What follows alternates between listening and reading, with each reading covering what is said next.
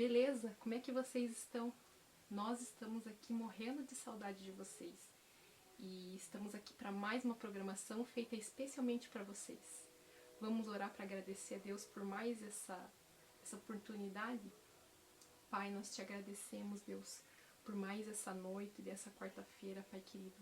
Em nome de Jesus, que o Teu Espírito Santo esteja invadindo cada casa, Pai querido. Que o Senhor abençoe cada junior, a sua família, Pai querido. Em nome de Jesus, que o que for ministrado aqui, Pai querido, seja para a Tua honra e a Tua glória, Pai querido. E que o que for semeado venha dar frutos, Pai querido, para a vida eterna, Pai.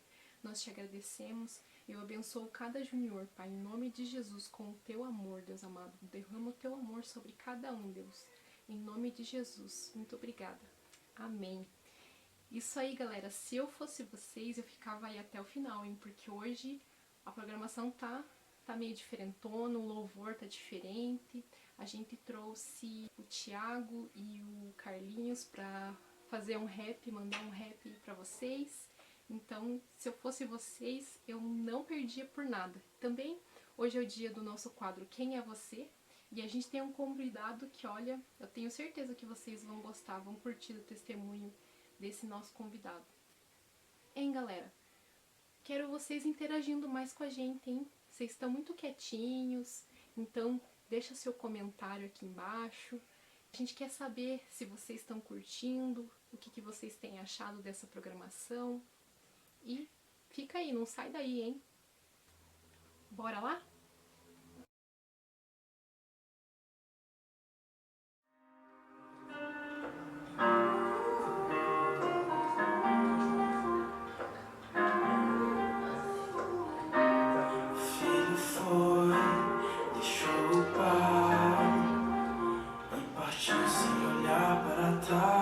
O mundo chamou e você foi, tchau. As novinhas bebidas na arguilê, a esquina 2 metros do seu quintal. Demorou, né? Pulou, vai pagar pra ver. No começo foi top, top, top. Só saía com as top, top, top. Toda a grana que entrava, gastava na night, pagava a rodada no shopping. Tava sempre cercado de amigo, tava sempre cercado de amiga. Valorizado não pelo que era, e sim por aquilo que tinha. Amigo sumiu, o que tinha acabou. Foi aí que lembrou de tudo que tinha e não valorizou. Em trocar de momentos, quem te amava você desprezou. Toda escolha traz um resultado, a família assumiu, a vida te ensinou. E essa história tem se repetido. As pessoas se afastam de Deus, escolhendo não serem mais filhos, pra viver o que o mundo prometeu. Uns presos no álcool, são escravos do copo. O filho já tem 8 anos e faz 4 anos não vê o pai sóbrio. O amor que ele tinha, a bebida roubou. Seu filho não tem mais abraço. O pai chega em casa chapado e xingando. Família cansada se tranca no quarto. E o pecado dizendo: vai, mete o louco, vai que vai. Até sua mulher achar outro cara e seu filho chamar outro homem de pai. Você não quis ser mais filho e partiu sem olhar para trás.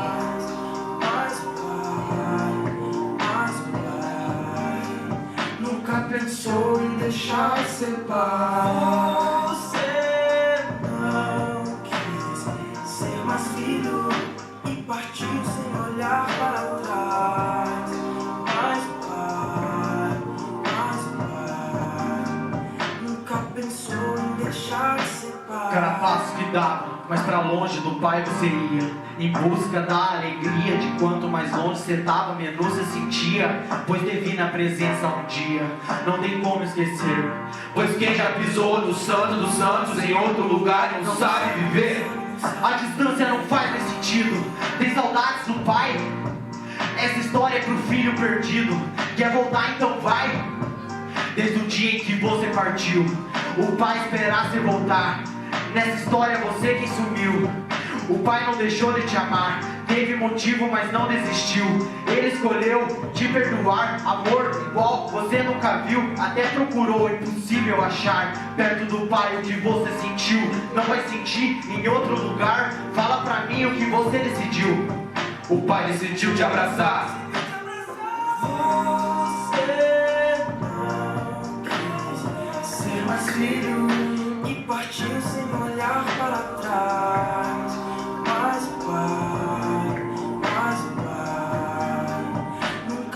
pensou em deixar de ser pai. Você não quis ser mais filho e partiu sem olhar para trás. Mas pai, nunca pensou em deixar de ser pai. Você não quis ser mais filho. Você nunca vai deixar de ser filho. O Pai sempre está esperando você voltar.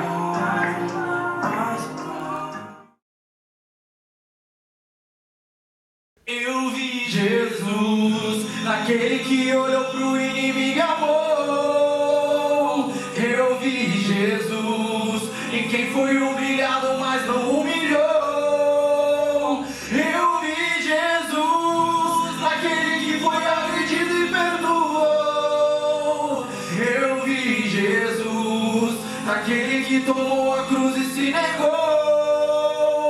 Eu vi Jesus. Eu vi Jesus no amor, sendo luz na escuridão, na mãe que olhou para quem matou seu filho e liberou perdão, na mão que se estendeu para quem necessitava, na Cracolândia abraçando quem ninguém abraçava, no quarto de hospital vestido de palhaço, compartilhando amor, fé e esperança, dia após dia ignorando o cansaço. A recompensa é o abraço e o sorriso de uma criança. Eu vi Jesus em Moçambique repartindo pão. Eu vi Jesus em Alcaçuz orando com os ladrão. Eu vi Jesus de pé na Praça da Sé, 7 horas da manhã pregando e distribuindo café. Eu vi Jesus no meio de torcida organizada, pregando nas ruas do Rio, cercado por fuzil e por granada, ministrando a paz nos becos, vielas e cada esquina do Beraba. E meio aos extremistas com a cabeça decapitada, Ministrar o evangelho da salvação. eu vi Jesus aqui no sul do país, nas madrugadas frias, levando agasalho e cobertor, pra aquecer, amenizar a dor do sofredor, pra nos mostrar que não é teoria o seu amor, pra demonstrar que uma mãe pode até esquecer de um filho, mas o Senhor não esquece você. Eu vi Jesus nos orfanatos por aí, cuidando de crianças sem mãe e sem pai. Eu vi Jesus largar riquezas e partir rumo à miséria e não ao luxo de Dubai, andando pelas ruas aqui do Cajuru, levando o evangelho, lançando a semente. Foi abraçando e recrutando um a um, transformando homens em pescadores de gente, dando visão ao cego, sonhar quem não sonhava, ao paralítico falou, levanta e pode andar. Cristo é ressurreição e vida, ele anunciava, quem crê em mim, ainda que esteja morto, viverá. Eu vi Jesus sendo consolo e ombro amigo, ao solitário dando atenção e ouvido. Eu vi Jesus na cruz dizer tá consumado, tirando o fardo e nos salvando do pecado. Eu vi o túmulo vazio, pois ele vive. Eu vi o túmulo vazio, pois ele vive sim. Eu vi o túmulo vazio, pois ele vive. Eu vi o túmulo vazio, pois ele vive sim. Venceu a morte, o mestre ressuscitou e nos lavou com o seu sangue carmesim. Subiu aos céus, nós somos o Cristo que ficou. Olhei no espelho e vi Jesus, pois ele vive em mim. Eu vi Jesus, naquele que olhou pro inimigo e amou. Eu vi Jesus, que foi humilhado, mas não humilhou.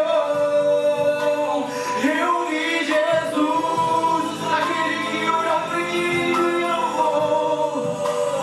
Eu vi Jesus, naquele que tomou a cruz e se negou. Eu vi Jesus. E você pode ver Jesus. Olhe para o seu próximo e olhe para si mesmo. Ele vive dentro de você. Nós vemos Jesus em vocês.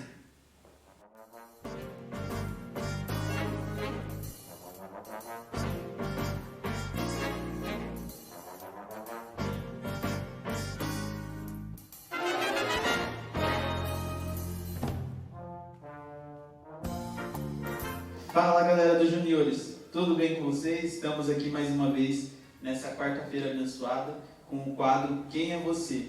E hoje, o nosso entrevistado de hoje é o pastor Alexandre Vaz.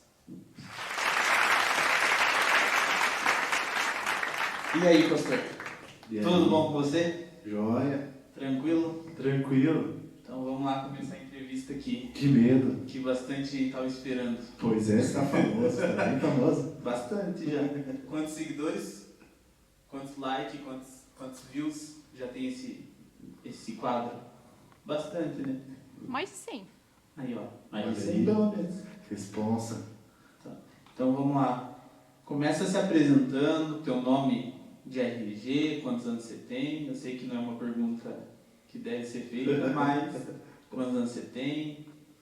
Então, meu nome é Alexandre Vaz Pinto, tenho 35 anos, aparentando 22, com a disposição de um menino de 15.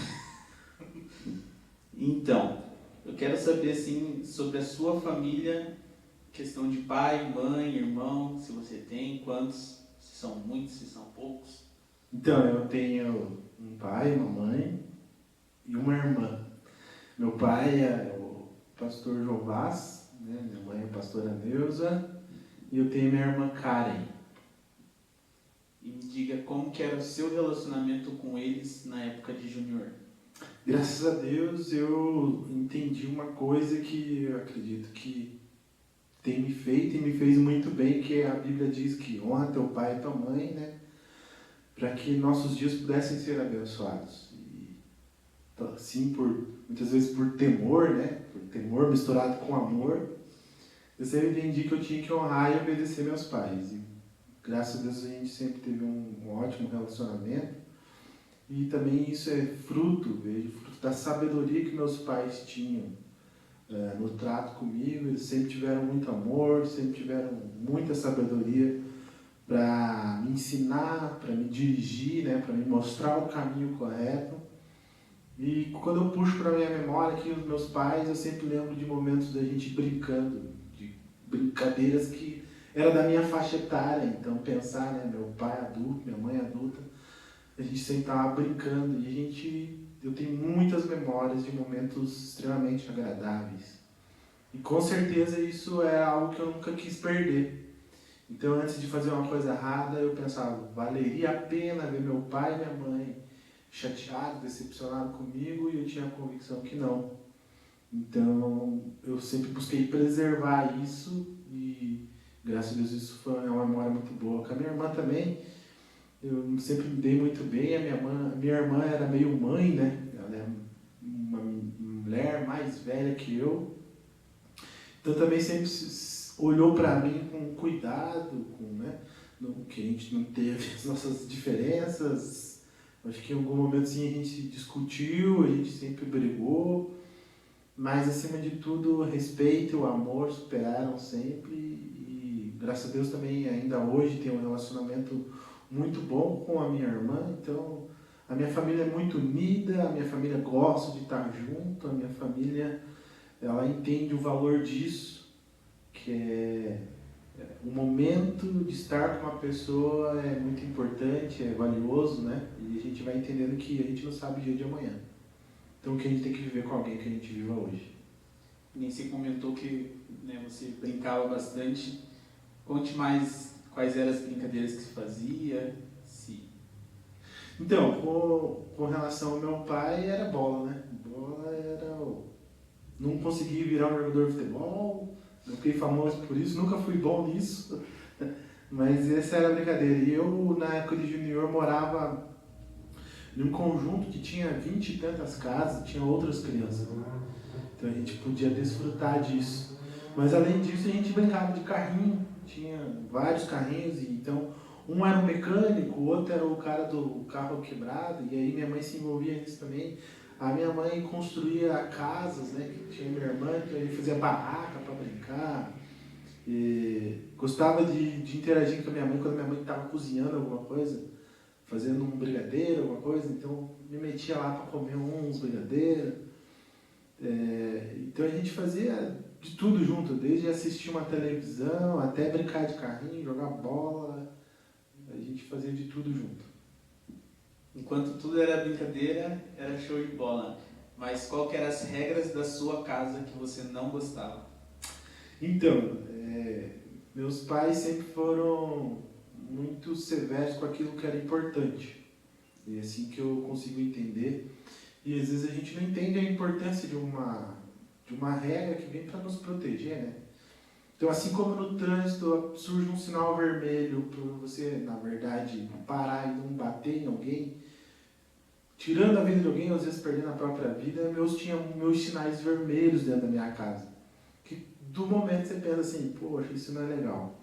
O que me mais marca era, eu tinha horário para chegar em casa. Então, na época de junior já tinha as atividades da igreja e na minha época, eu sou de uma época que você saía do GMC com 9 anos, aí tinha o trabalho mais intenso era dos jovens de 20 e tantos anos. E aí, como eu já estava naquele ambiente, eu queria me envolver com o retiro, eu queria me envolver às vezes com teatro, e tinha ensaio, mas o ensaio dos jovens era à noite. Mas meus pais, né, sempre, não, você pode chegar até esse horário. E isso visto a violência, visto essas coisas, e eu não gostava disso. Eu não gostava de ter horário para fazer tudo e eu não fazia nada sem pedir a permissão. Uma outra regra básica, ou seja, meus pais sempre sabiam onde eu estava, o que eu estava fazendo. Lembrando que na minha época, eu sou de uma época que, por exemplo, eu queria ir na sua casa para falar com você, porque não tinha outro jeito. Não tinha celular, não podia te ligar. O telefone fixo era muito caro, então também não ia usar o telefone fixo. Eu ia até a sua casa, para chegar na sua casa e descobrir se você estava lá ou não. E aí, se não tivesse lá, tinha que voltar embora e no próximo dia que eu tentasse te achar. Então, assim, sumir era fácil demais, né? Não tinha para quem ligar, não tinha WhatsApp, não tinha e-mail, não tinha nada disso. Ou você confiava onde a pessoa estava e o horário que ela estaria de volta trazia a segurança de que tinha dado tudo certo. Ou se a pessoa realmente, tipo, eu vou chegar às 6 da tarde e meia-noite não estava em casa, era só desespero, não tinha para quem ligar, não tinha para quem mandar mensagem, não tinha nada. Então era uma época até mais, isso era muito mais importante. Mas era uma regra que com certeza me protegeu de estar no lugar errado, me protegeu de estar fazendo muitas vezes algo certo na hora errada, e isso também dá errado, né? Me protegeu de estar correndo perigo, e graças a Deus essa sempre foi a regra máxima. Então eles sabiam o que eu estava, sabiam o que eu estava fazendo e sabiam que hora eu deveria estar em casa.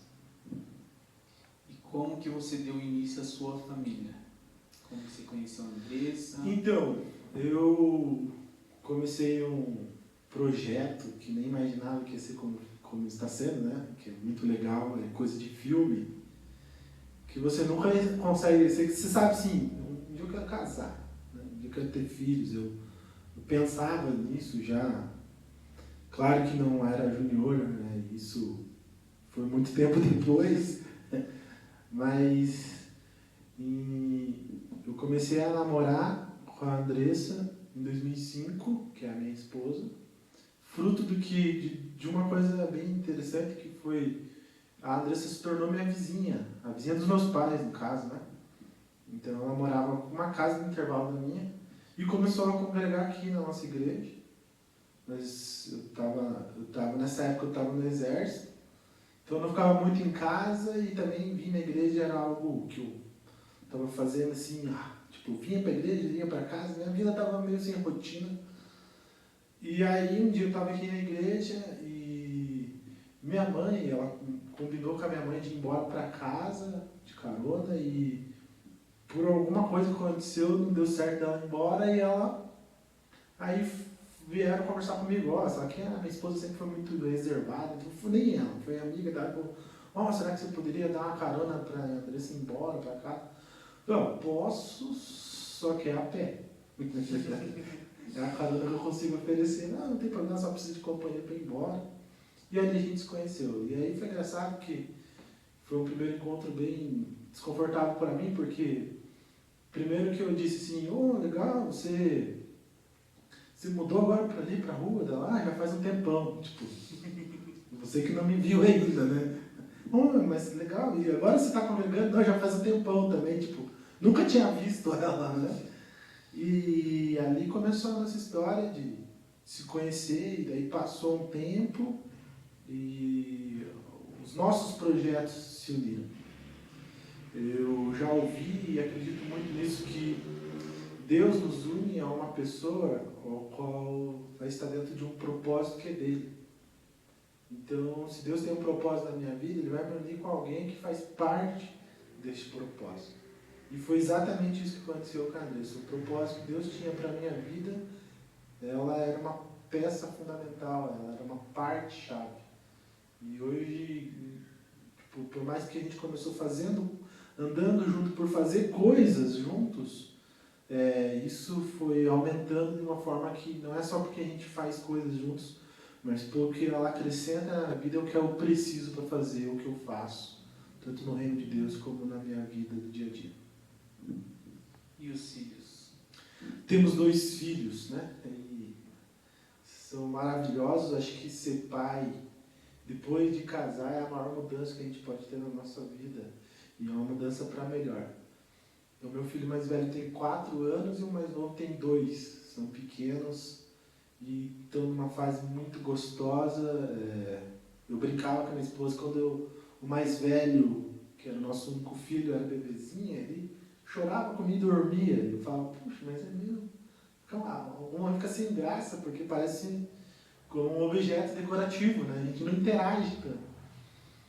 E aí começa a entrar naquela fase de te chamar de pai, começa a entrar naquela fase de expressar coisas, alegria. E hoje meu filho de 4 anos está no ápice de querer brincar, conversar, interagir. E aí eu descobri o amor de pai, que é um amor que só vivendo para entender, né? Todo mundo fala assim, isso é um amor de pai, isso é um amor de mãe.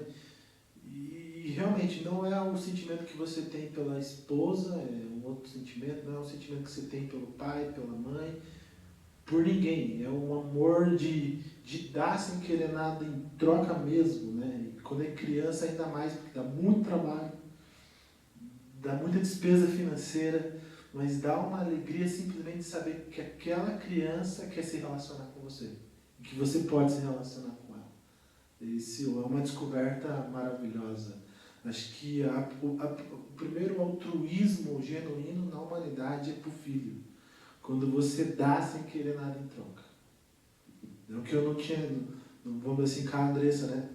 Eu tinha um interesse de dar para receber. E com o filho você no começo dá, mas querendo menos, eu diria assim. E quais são as regras da sua casa hoje em dia? Então, tem horário para fazer as coisas. Eu acho que isso é uma das coisas que eu aprendi com os meus pais. Mas até uma das regras que, vamos dizer assim, não está escrito, né, em nenhum lugar assim, mas que eu aprendi com os meus pais e que hoje eu levo para meus filhos, é amar a Deus e amar as pessoas. Então, uma das coisas que eu sou inflexível. Qualquer demonstração de falta de amor a Deus e às pessoas. Então, quando eu tenho que ser duro com meus filhos e busco ser o mais amável em tudo, até no corrigir, mas se eu entendo que o momento que eu tenho que ser duro com os meus filhos, é quando eles quebram esses princípios, né? Então, eu lembro que a primeira vez que eu fui muito severo com meu filho mais velho foi quando ele bateu na minha esposa. E ele tinha 2 anos e pouquinho, ou tinha quase 2 anos. E ele deu um tapa no rosto da minha esposa. E ali eu fui muito duro com ele, fui muito severo no sentido de corretivo. E por que eu entendo que isso é importante? Porque é um dos princípios básicos para a gente ter a bênção de Deus sobre as nossas vidas. Então, a regra máxima do respeito, da honra, a regra máxima de saber que com as coisas de Deus a gente não pode brincar, né? Não é brincadeira. Uma oração não é brincadeira, orar para agradecer a refeição não é uma brincadeira, né? Respeitar pai e mãe não é uma coisa que se faz, se quer, quando quer, é uma coisa muito importante. Então eu acredito que essas são as regras principais da minha casa. E hoje você é filho de pastor, de pastora, mas nem sempre foi assim. Como que foi a sua conversão? Isso é muito legal porque eu tenho um testemunho muito forte para as pessoas que viveram. Mas eu não vivi por quê? Porque o meu testemunho é quando eu era bebezinho, né? Eu nasci com uma doença que era para ser terminal e que se eu tivesse algum tipo de vida, eu viveria dependendo de aparelhos, porque os exames mostraram que eu tinha tido uma sequela cerebral e aquilo era irreversível. Então eu nunca faria nada, né? Nem de andar, nem de comer, nem de nada. Seria algo muito forte. E Deus curou. E quando Deus curou algo que era impossível, algo que o médico disse que me levaria à morte, a minha família foi impactada com isso. Não só os meus pais, como meus familiares. Mas essa experiência eu não vivi. Não sei se você lembra quando você teve seus primeiros anos de vida. Não lembro se você lembra do seu aniversário de 1 ano, né? Mas normalmente a gente não sabe, né? A gente não sabe o que aconteceu. E assim foi comigo. Então, embora as pessoas, meus pais se converteram, meu pai já era convertido, mas minha mãe se converteu a partir dessa experiência, eu não vivi essa experiência. Então, qual é o processo? Eu vinha para a igreja porque meus pais me traziam para a igreja. Mas é uma coisa que eu diria bem forte para mim, que eu sempre acreditei muito na palavra de Deus. Porque a criança acho que está mais aberta para isso. A criança, ela vive percebendo as coisas conforme o ambiente que ela está. E como eu sempre tive num ambiente de fé, nesse ambiente de pessoas orando, e eu vendo coisas acontecendo, eu nunca duvidei que a palavra de Deus realmente era algo real, que Jesus Cristo realmente tinha morrido na cruz, ressuscitado, e que eu precisava de Jesus. Nunca, para mim, sempre foi uma realidade a existência do céu e do inferno. Então, eu tinha esse entendimento, mas o que eu precisava, o que eu precisei na minha questão pessoal. Eu precisei viver isso por causa de algo que seria comigo. No sentido, eu acreditava que Jesus abençoava as pessoas, porque eu via as pessoas sendo abençoadas. Eu acreditava que Jesus falava com as pessoas, porque as pessoas estavam dizendo, oh, Jesus falou comigo. E aí a minha primeira experiência, e isso eu louvo a Deus, eu tinha uns 6 anos de idade, que foi, eu fui com a minha família, a gente estava no litoral, e a gente foi brincar, eu e minha irmã fomos brincar na água, e de repente, quando a gente viu, minha irmã estava se afogando, e eu estava mais distante da beira-mar, e eu não sabia nadar, eu era criança, era pequena, minha mãe entrou em desespero, foi pedir ajuda, e sem nunca ter nadado, eu boiei. Eu fiquei lá flutuando na água. E pra você ter ideia, a pessoa que me tirou a nado. Então, se o cara precisou nadar, imagine eu, que era uma criança. E naquele momento eu senti paz, tranquilidade, e eu tinha certeza que o meu chão era a própria mão de Deus me segurando naquele momento. E depois que você sai de uma experiência dessa, você sai sabendo que, opa, não é só com a pessoa que está do lado, Deus também está comigo, Deus também está me abençoando. E aí tem outros eventos que daí eu não lembro de todos, mas até minha mãe me conta que antes disso, mais novo do que isso, certa vez tinha uma pessoa fazendo bagunça perto de casa lá, e eu olhei para a pessoa fazendo bagunça e falei, em nome de Jesus, caia e saia daqui. Diz que o cara saiu se caindo, e a minha convicção de fé é que Deus fazia e respondia. Aí eu superei, então, assim, qual que eu acredito que é a primeira superação que as pessoas têm? Então, saber que Deus existe. A segunda é saber que Deus se relaciona com a gente. E a terceira superação que eu tive é saber que o caminho é estreito, mas é o único caminho viável. E o que seria isso? Eu comecei a perceber que a minha fé teria um preço. E um dos preços que teve para mim foi, tipo, ser zombado, né? Na escola, por pessoas que eu queria que fossem meus amigos. Então, eu sempre fui chamado de certinho. Até no ambiente de igreja, pejorativamente eu era chamado de pastorzinho. E eu não gostava disso. Eu não gostava desse preço. Então, dado momento, realmente eu comecei a pensar que para mim ser aceito pelas pessoas, talvez eu deveria abrir a mão desse relacionamento ou desse posicionamento que a Bíblia dizia que eu deveria ter. Mas pela graça e misericórdia de Deus, em momentos que eu, vamos dizer assim, fiquei nessa de buscar a aceitação das pessoas ou continuar fiel à palavra de Deus, Deus ele veio de uma forma muito profunda daí no momento que é o momento da oração. Eu aprendi a ter um momento devocional todos os dias como criança. Meus pais me ensinaram isso. Mas foi ali na fase do junior, da adolescência, que eu tive a minha maior experiência de estar num quarto sozinho, orando, lendo a Bíblia e sentir a presença de Deus de uma forma tão real e tão verdadeira, que toda a minha necessidade de aceitação, vamos dizer assim, por aqueles que não gostavam de mim, por talvez obedecer a alguns princípios da palavra de Deus, aquilo desapareceu. E ali foi o ápice para mim. Foi o momento que eu, sozinho, vamos dizer assim, tive a minha maior experiência, senti preenchido tudo aquilo que eu precisava através da palavra de Deus, através da experiência com Deus. E como foi o batismo com o Espírito Santo?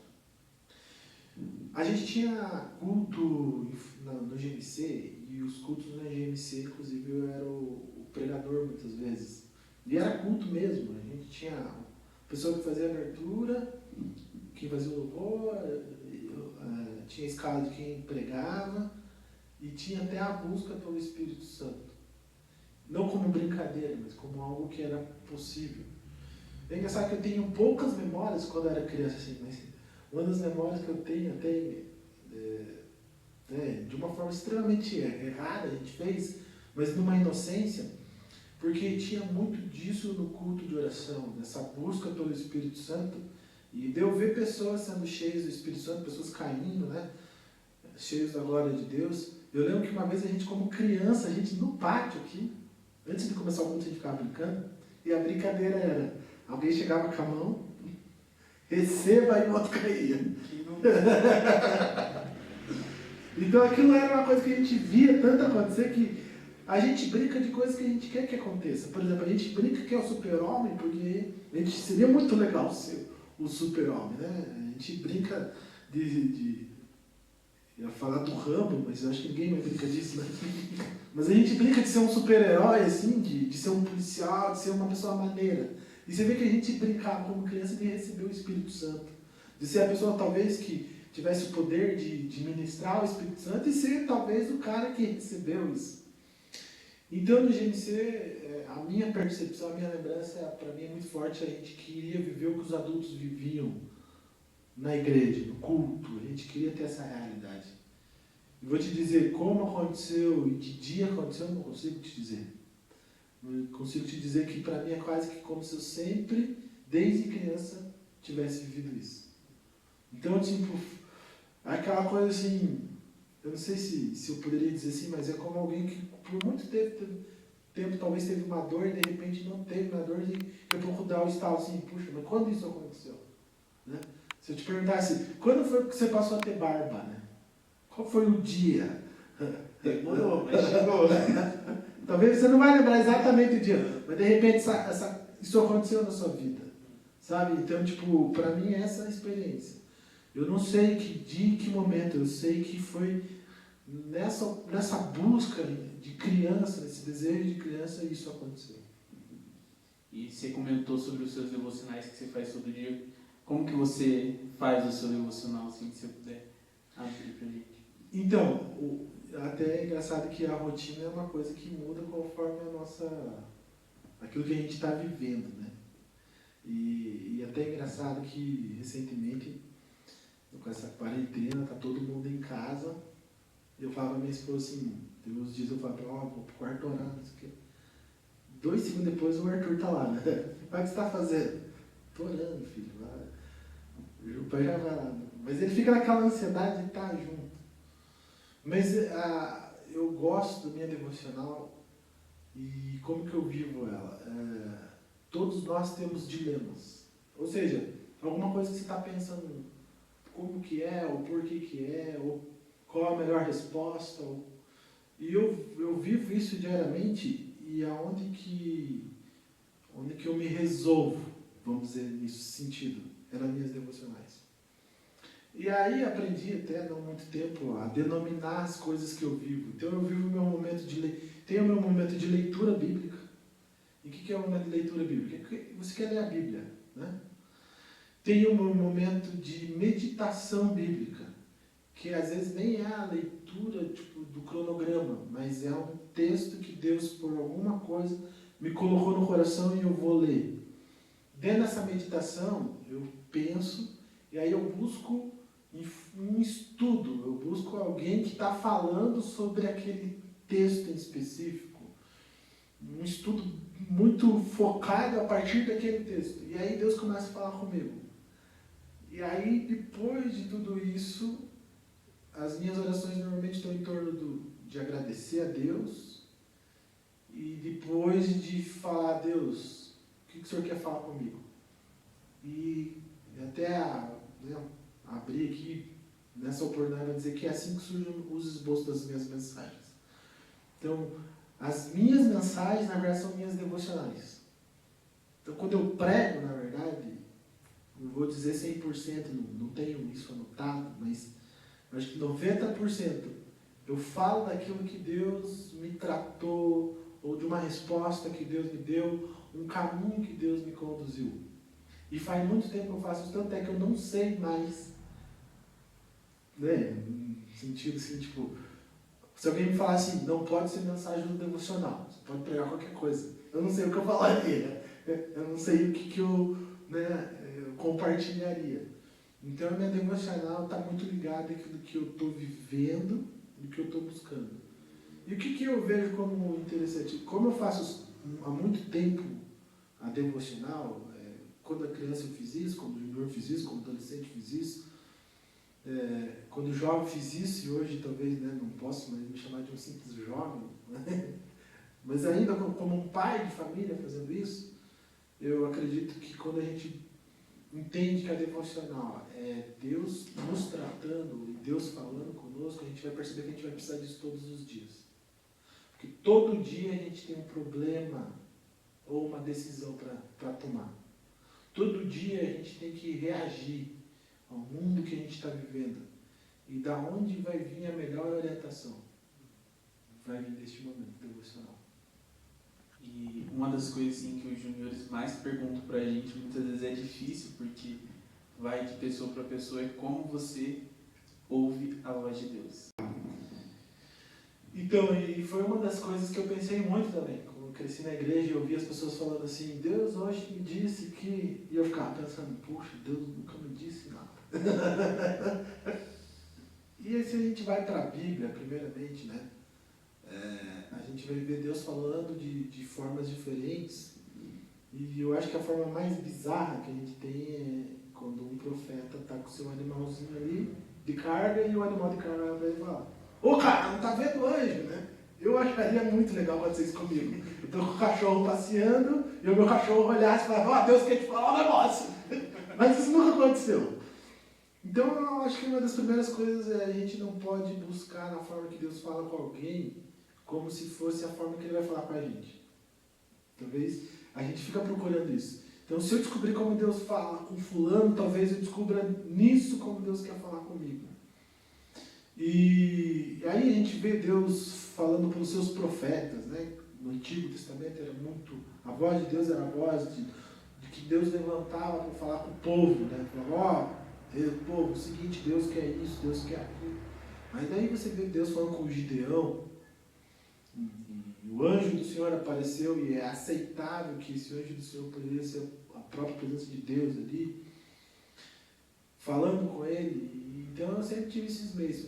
Qual é a minha experiência? A minha experiência primeiro foi ouvir os profetas quando criança. Quem eram os profetas? Os pastores, eram os meus pais, que diziam, ó, Deus disse que tem que ser assim. Foi a primeira coisa. Qual foi o primeiro contato que eu tive com a Bíblia? Eu não sabia ler, eu era criança e não sabia ler. Meus pais colocavam história em fita mesmo, na época que era fita. Colocavam fita e eu ficava ouvindo histórias bíblicas. Aquilo para mim era a leitura da Bíblia. Só que era uma forma lúdica, era narrado, os personagens, Davi falava, Golias falava, e eu ficava viajando na minha cabeça, tipo assim. E o que tinha nessa forma? Quando Deus falava. E normalmente eles colocam um cara, vim aqui falar com você hoje. Eu sempre imaginei a voz de Deus assim, tipo, né? Samuel. E é engraçado que eu até lembrei uma coisa que uma vez eu pensei assim quando criança. Mas Deus, quando o senhor fala comigo, não fala muito grosso não, que eu acho que eu vou ficar com medo. Né? Imagina você no meio da noite, daqui a pouco, Alexandre, nossa, eu ia pular da cama, claro que, né? Eu era meio covarde, eu diria assim. E aí eu comecei a ouvir a voz de Deus através dessas histórias e por fim comecei a ler a Bíblia e aí comecei a discernir quando eram os meus pensamentos e quando eram inspirações da voz de Deus dentro da minha mente. Eu consigo discernir isso claramente. Quando é eu falando, por exemplo, quando a gente quer fazer algo que a gente sabe que não está certo. É uma situação, acho que, muito interessante, né? Você quer mentir, sei lá, você quer mentir. E aí vem um outro pensamento, você não pode mentir. Aí você pensa, mas eu preciso mentir. A não ser que seja uma pessoa com um problema psiquiátrico, só pode ser outra coisa. A voz de Deus falando com a gente. É essa consciência, né, que a gente tem do discernimento de fazer errado. E às vezes nem é isso, às vezes é coisa mais simples. Por exemplo, eu já tive experiência de estar no ônibus e vi um sentimento assim, tipo, fale para aquela pessoa que você vai orar por ela e que Deus vai abençoar ela. E você fica com raiva desse pensamento. Porque, tipo, te coloca numa situação que você podia pensar, é coisa da minha cabeça. Não é se é coisa da minha cabeça, cara. Por que eu pensei? Se eu tô com raiva disso. Né? Você não acorda de manhã pensando assim, tipo... Porque tem pensamento que é no susto mesmo, né? Tipo, você olha pra pessoa e vem o pensamento, e você fica ali, e você, qual que é, né? Eu já fui me pego assim, tipo, qual que é o meu pensamento? Deus. Eu já falava assim, daqui a pouco eu tentava pensar, mas não é Deus. Mas por que eu tô falando com Deus se não é Deus, né? Então, essa é a minha maior forma, a minha maior experiência de ouvir a voz de Deus. Já tive experiência, assim, de estar pensando, olhando até hoje, eu trabalhava indo em outras cidades, então tinha muitos dias que eu estava no carro, assim, o carro é estrada, e eu sempre preparava alguma coisa para ouvir, para aproveitar aquele momento, e às vezes eram mensagens. E é interessante porque eu gosto, eu não sei se eu gosto mais, mas se eu olhar assim, eu ouço mais conteúdo falado do que música, por exemplo. Uma coisa minha. Eu gosto de ouvir palestra, eu gosto de ouvir mensagem, eu gosto. Mas teve uma vez que eu estava pensando numa situação, e eu lembro até hoje que eu não estava ouvindo uma palavra, eu estava ouvindo uma música. E na música, era a Nívia Soares, inclusive, na música, ela parou a música e fez aquele período de ministração, de falar a Deus. Ela respondeu uma pergunta, assim, tipo, com a frase que ela falou. E me arrepiou. Eu pensei assim, se eu estivesse ouvindo uma mensagem e tivesse vindo a frase, cara, era uma música, né? E eu tinha certeza que Deus estava falando comigo naquele momento. Então, tem várias experiências nesse sentido. Mas a maior forma mesmo é, hoje, eu lendo a Bíblia, orando, e no meu dia a dia vem pensamentos, vamos dizer assim, que eu sei que não é um simples pensamento, mas é o próprio Deus falando, olha, é por aqui, ou é isso, ou é aquilo. E às vezes a gente, por exemplo, assim, já teve coisas que eu falei, assim, e alguém me procurou e falou, cara, foi muito lindo, foi muito legal isso que você falou. E eu fui pensar, foi uma frase pronta que veio na minha mente. Então não foi ideia minha. Não foi algo que, né, não foi inspiração, assim, fiquei inspirado. Não, eu tenho certeza que Deus me falou e pediu para mim comunicar. E uma das outras coisas assim, que eles também perguntam bastante é a questão do chamado. Como descobrir qual é o seu chamado, como responder ao seu chamado, e como que foi com você, como que você descobriu, como que você respondeu já depois que você descobriu qual era o seu chamado. eu diria que, até, né, olhando bastante para a Bíblia, né, é uma coisa que a gente tem que ter o cuidado de usar a nossa experiência como regra bíblica, para não fugir daquilo que realmente é do que poderia ser. E quando eu olho assim para essa questão de chamado, eu vejo a Bíblia falando de dons, né? Então eu vejo que Deus deu para todo mundo alguma coisa, que com aquela coisa ele produz algo. Qual que é o mais notável da igreja? Tipo, uma pessoa que se envolve na música, né? E que através da música anuncia o reino de Deus. O que ela precisa ter? Ter habilidade musical, né? Então, tipo, já é uma coisa assim. E aí vem uma outra ponta que é mais fácil de ver, vamos dizer assim, né? Que é a pessoa que se comunica bem, que é a pessoa que fala, e não porque, tipo, é algo que, tipo assim, a gente não pode aprender, mas tem gente que é predisposto a se comunicar, a falar e tudo mais. Então, a primeira coisa que eu acho que todo mundo tem que olhar é, dentro daquilo que eu tenho e que Deus me deu, o que eu posso fazer com isso? E, às vezes, está muito ligado ao lugar que você está, né? Por exemplo, tem gente que é empresário, a pessoa tem uma capacidade de gerar recursos, de gerar riquezas, de realizar projetos. E um cara desse cristão, para que Deus chamou ele, senão para administrar recursos? E quando a gente pensa em administrar recursos, com a questão de fazer o reino de Deus, a gente pode pensar em outra coisa. Eu nunca se esqueço de um testemunho que eu ouvi. Eu fui numa conferência missionária e um pastor lá contou um testemunho que ele viu. Ele disse que estava na China e encontrou um empresário que disse que era muito rico. E esse empresário tinha recém-convertido. E qual que era a pergunta? Como que Deus quer me usar? E ele chegou para esse pastor e foi essa pergunta que ele fez. Pastor, vejo como que Deus pode me usar. E ele sabia da história daquele homem. Sabia que aquele homem era um homem muito próspero, que ele tinha uma empresa e tudo mais. Ele falou, olha, eu só posso olhar aquilo que Deus te deu. O que Deus te deu? Deus te deu capacidade de desenvolver projeto. Então, olhe para isso e faça disso alguma coisa. E o que esse recém-cristão fez? Construiu um hospital, fez um excelente hospital, e nesse hospital ele serviu gratuitamente a comunidade. E quando as pessoas não entendiam por que era gratuito, todos os funcionários sabiam que a resposta era porque Jesus Cristo foi aquele que nos alcançou e pela misericórdia e o Evangelho foi anunciado. Olha que maluquice, né? Então eu sempre, e no meu caso eu também tenho uma experiência, eu tenho que olhar para isso com muito amor. Era para mim ter morrido um dia. Então o meu testemunho, eu ouvindo meus pais falando, né? Meus pais sempre falaram, olha, você deveria ter, pela medicina, você tinha que ter morrido, mas você viveu, e quando você viveu, nós te entregamos para Deus. E quando eu olho para a minha história, desde criança, o que eu sempre fiz? Eu sempre contei isso, eu sempre compartilhei isso. E aí qual foi o meu conflito? E talvez foi na fase do junior, do adolescente, que isso começou a me custar essa questão que eu falei. Muitas vezes as pessoas tiravam sarro de mim, e aí eu comecei a ver que o preço talvez era não ter aceitação de todo mundo, e aí virou um conflito.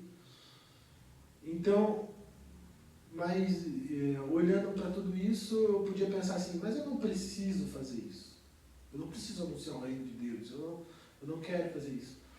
Mas toda a minha vida eu fui crescendo, e quando eu vi, eu sempre estava envolvido em projeto do quê? De anunciar o reino de Deus, de falar de Deus.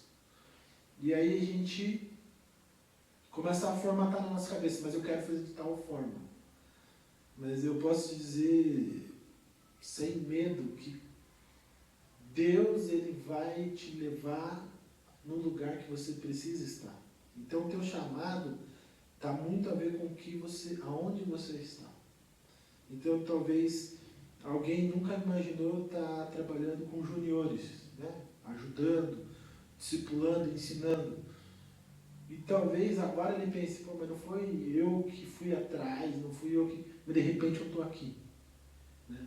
Então isso que vocês estão fazendo aqui, talvez você nunca imaginou produzir um canal do YouTube. Muito menos um canal de YouTube que fosse para edificar pessoas. Não porque você não quisesse fazer isso, mas nunca foi um projeto do seu coração.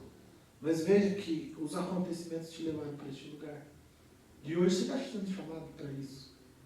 Então, eu diria que o chamado a gente se encontra de uma forma. Todos os dias, vivendo aquilo que Deus quer que você viva aquele dia. A gente muitas vezes vive na ansiedade do que eu deveria fazer amanhã e não vive o hoje. O que eu deveria ser daqui 4 anos e não consegue ser o que Deus quer que você seja hoje. Então, a grande pergunta para isso é, Deus, o que o Senhor quer que eu faça hoje? E dentro disso, eu tenho uma história para mim que é muito forte, que é do apóstolo Paulo, que ele decidiu no coração dele ir até uma cidade evangelizar. E ele vai dormir e Deus fala, não, você não vai para lá. Você vai para outro lugar.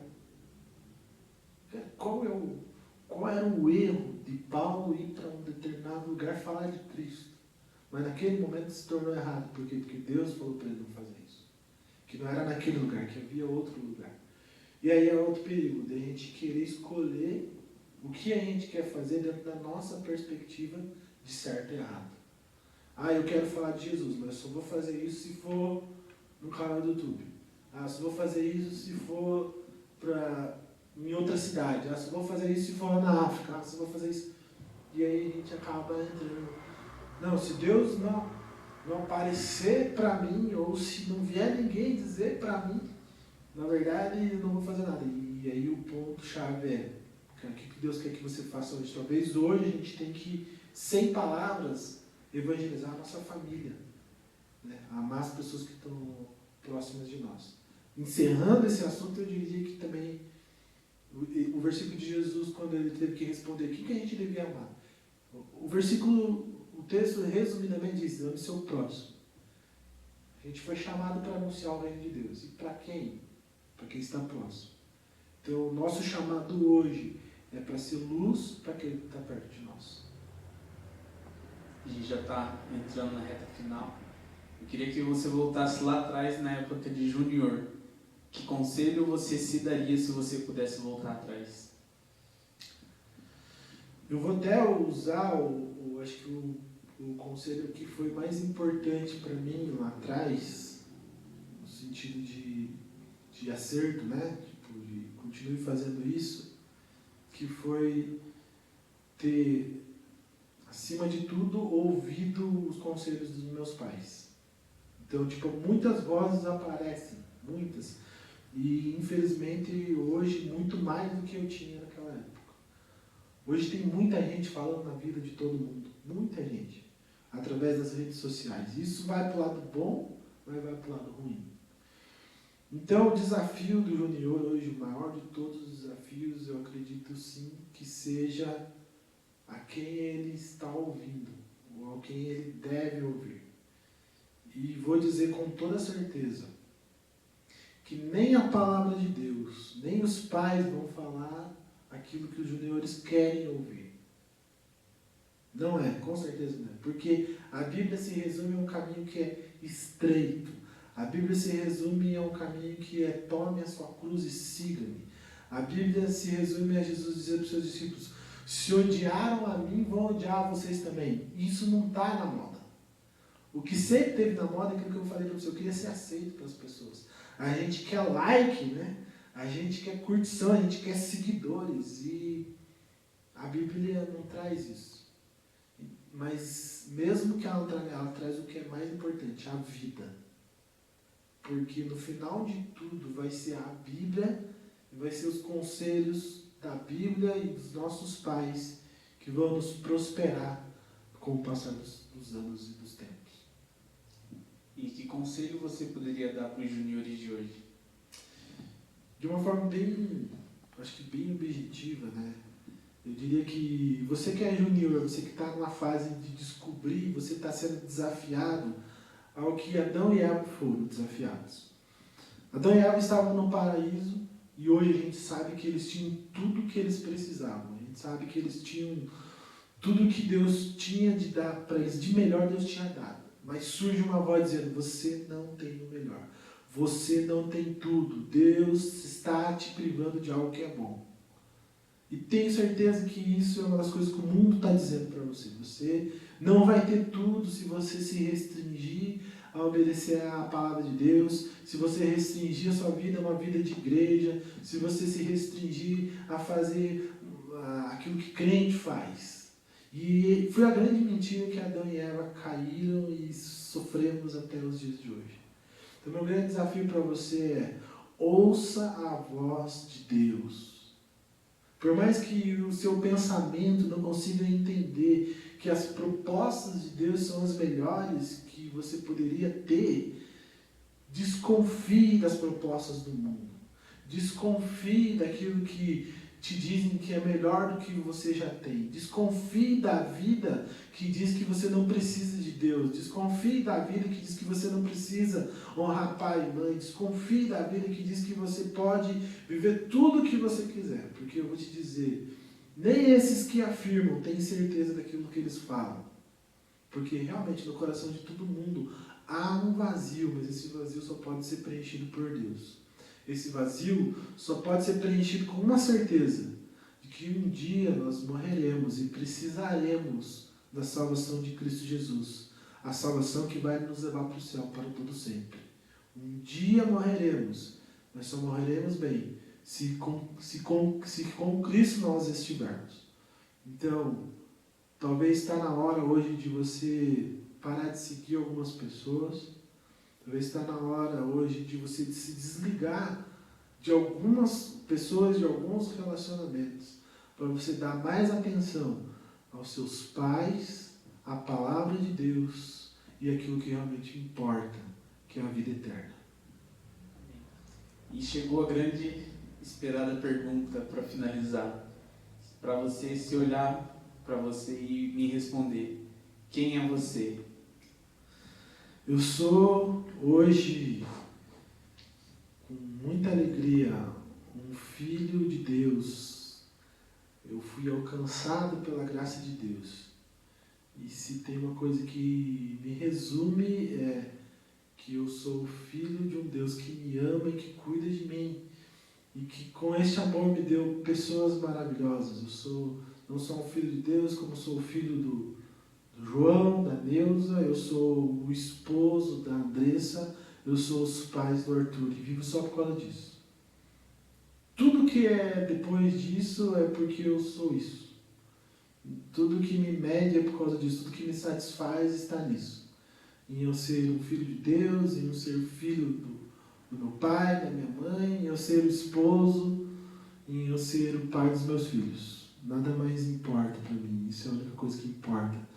Ser o irmão em Cristo das pessoas que estão ao meu lado, né? Eu acho que é o que realmente importa. Então tem aquelas pessoas que vão dizer eu sou rico, eu sou pobre, eu sou saudável, eu sou doente, mas eu acho que isso tudo está em segundo plano. Porque o que a gente realmente diz respeito ao que a gente tem que ser amar a Deus e amar as pessoas. Então foi isso, né? Muito obrigado por você ter dado um tempinho para contar da sua história, foi bastante edificante. Né? Se você puder conduzir agora uma oração para os juniores que estão em casa, para a gente também já estar encerrando. Sim, vamos lá. Eu gostaria que você que está assistindo esse vídeo nesse momento fizesse disso realmente algo espiritual. Feche seus olhos agora e se Deus te trouxe essa oportunidade, esse momento, com certeza é porque Ele sempre nos amou e não importa o que a gente viveu até hoje, o que importa é que a gente começa a viver a partir de hoje. E talvez hoje seja o seu dia, seja o dia de você deixar muita coisa para trás para começar tudo de novo. Senhor, eu te agradeço porque o seu amor ao Pai nos alcançou e o seu amor tem nos alcançado. Eu te agradeço, Deus, porque não importa, ó Pai, o que já fizemos ou como já vivemos. A sua palavra diz que o Senhor, ó Pai, nos amou primeiro, Deus. e que o Senhor provou o seu amor para conosco, Deus, morrendo por nós, sendo nós ainda pecadores. Deus, que a sua grande graça, que o seu grande amor alcance cada junior, Deus, que nos assiste. Livra eles do mal, Pai. Essa foi a oração de Jesus para os seus discípulos, ó Pai. Não tem, ó Pai, como o Senhor nos tirar deste mundo, mas que o Senhor nos guarde, ó Deus, de todo mal, de toda influência maligna. Quantas vozes têm se levantado, ó Pai, mas eu creio e eu sei, ó Deus, que a sua voz é poderosa. E a sua voz, ó Pai, é a única voz que nós podemos confiar, ó Deus. Que possamos, ó Deus, estar atentos a essa voz, para viver uma vida que nos levará, ó Deus, para um fim de grande alegria. Em nome de Jesus. Amém. Amém. Muito obrigado. E foi isso, mais uma vez, com o quadro Quem é Você? Então, se você quiser que a gente convide alguém da nossa igreja para estar sentado nessa poltrona, que você deixe nos comentários. Não esqueça de curtir, compartilhar com seus amigos. E marca lá o que Deus falou com você através da vida do pastor Alexandre. Até a próxima quarta-feira que vem a gente se vê de novo. Deus abençoe.